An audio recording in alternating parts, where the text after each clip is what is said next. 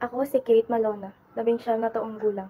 Bilang estudyante, malaking tulong ang social media sa aking pag-aaral.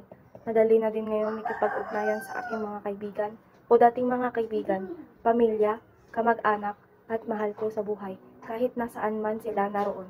Nakakapagbahagi din ako ng mga updates, magpadala ng larawan o video ng ganun kadali.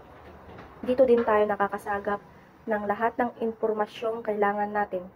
Maaari din tayong matuto mula sa iba, makakuha ng bagong pananaw at mapalawak ang ating mga kaalaman sa pamamagitan ng social media. Ngunit meron ding negatibong epekto ang social media sa akin. Nagkakaroon din ako ng pag-aalinlangan sa sarili dahil sa mga nakikita kong pinagandang bersyon ng buhay ng ibang tao sa social media.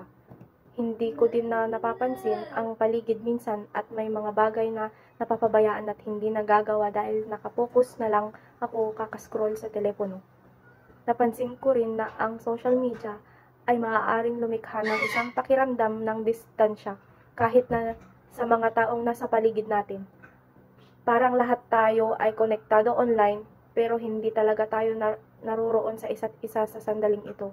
Nakakasama ang sobra sa paggamit ng social media kaya naman sinusubukan kong maging maingat sa aking paggamit ng social media. Magtatakda ng mga hangganan at magbibigay prioridad sa importanteng bagay at sa pagkikipag-ugnayan sa totoong buhay. Mahalaga pa rin ang manatiling konektado sa mga mahal ko sa buhay, parehong online at offline.